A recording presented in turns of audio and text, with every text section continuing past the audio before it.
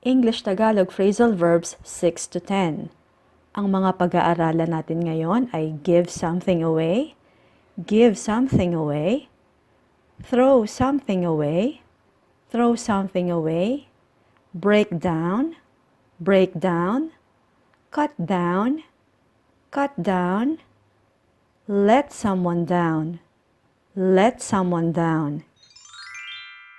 Give something away. Ang mga ibig sabihin, ipamigay, o kaya ibunyag ang isang sikreto ng hindi sinasadya. Give something away.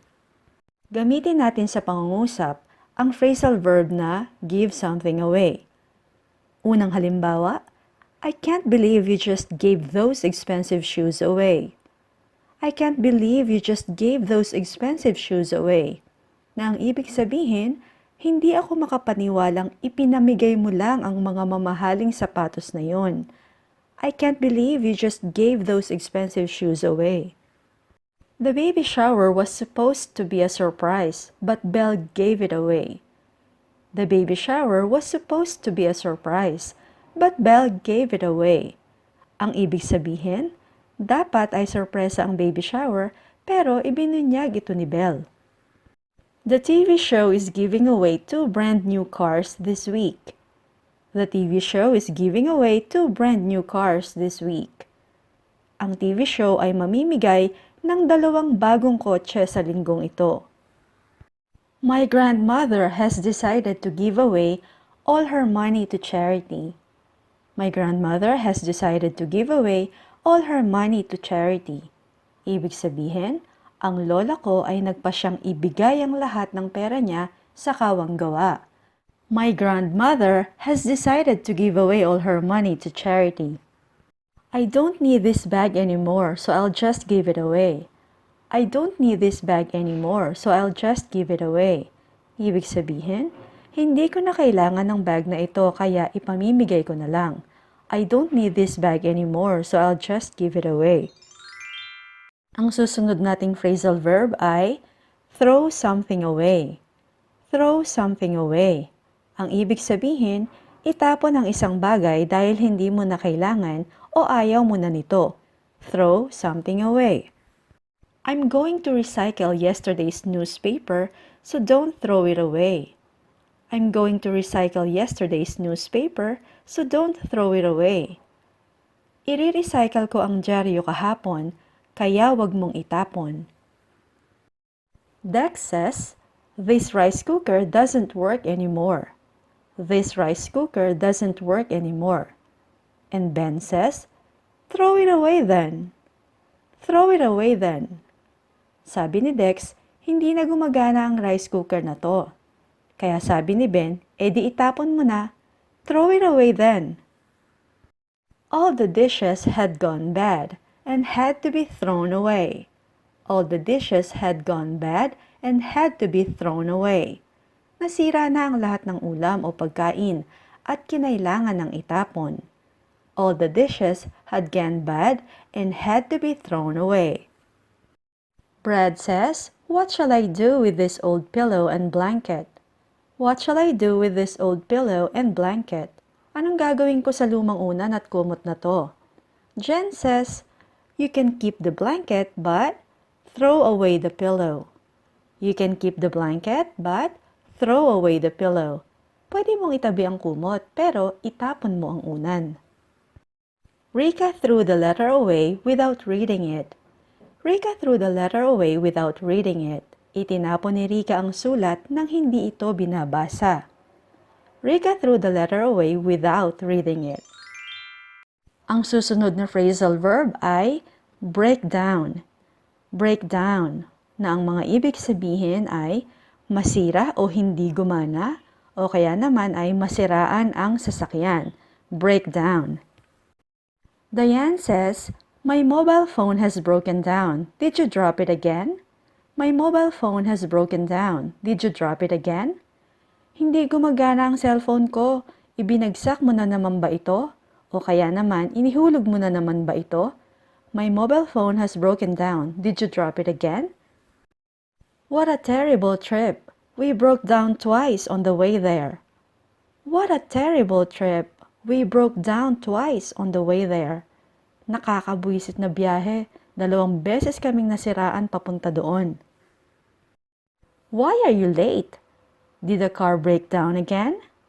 Why are you late? Did the car break down again?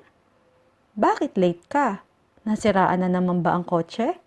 Why are you late? Did the car break down again?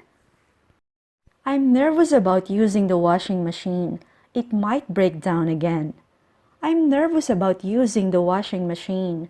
It might break down again. Nininervyos akong gamitin ng washing machine. Baka masira na naman. I'm nervous about using the washing machine. It might break down again. If the air conditioning unit breaks down, call the technician. If the air conditioning unit breaks down, call the technician. Kapag nasira ang aircon, tawagin mo ang technician. If the air conditioning unit breaks down, call the technician. Ang susunod nating phrasal verb ay cut down on something. Cut down on something. Na ang ibig sabihin ay magbawas sa isang bagay para mapabuti ang iyong kalusugan. Ang isa pang kahulugan nito ay ang magtipid. Cut down on something. Halimbawa, you should cut down on unhealthy food if you want to get better. You should cut down on unhealthy food if you want to get better. Dapat mong bawasan ang pagkain ng mga junk foods kung gusto mong gumaling ka. You should cut down on unhealthy food if you want to get better. I've spent too much money this week. I must really cut down.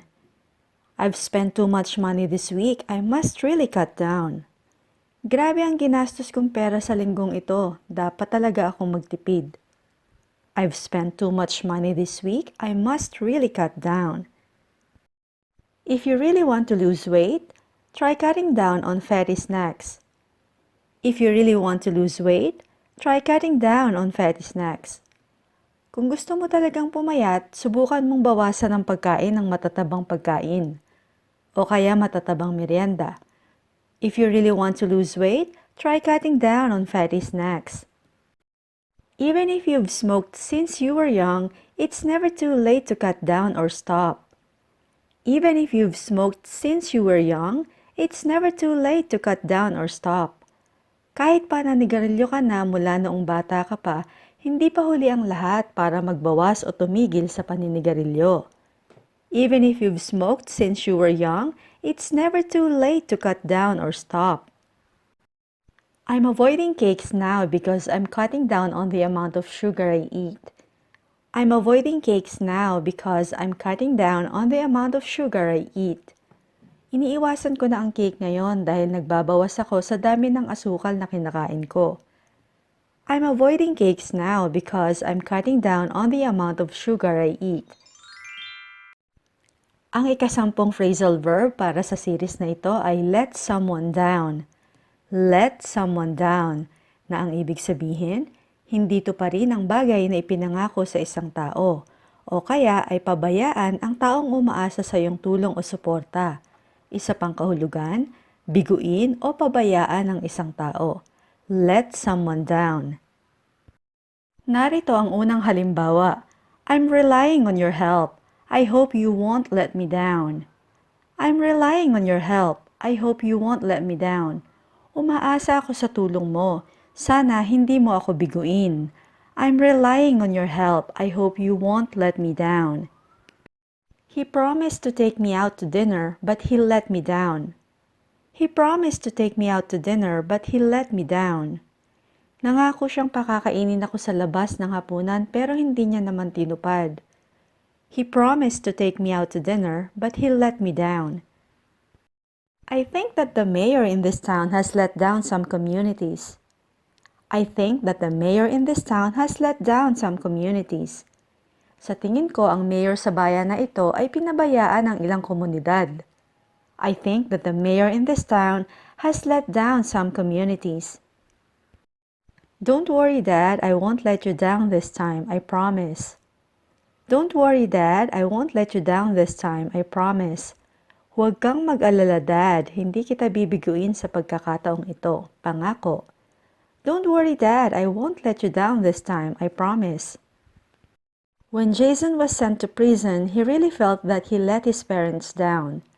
When Jason was sent to prison, he really felt that he let his parents down. Nang makulong si Jason, naramdaman niyang talagang binigo niya ang kanyang mga magulang. When Jason was sent to prison, he really felt that he let his parents down. Sana ay nakatulong ang video na ito sa iyong pansariling pag-aaral ng wikang Ingles.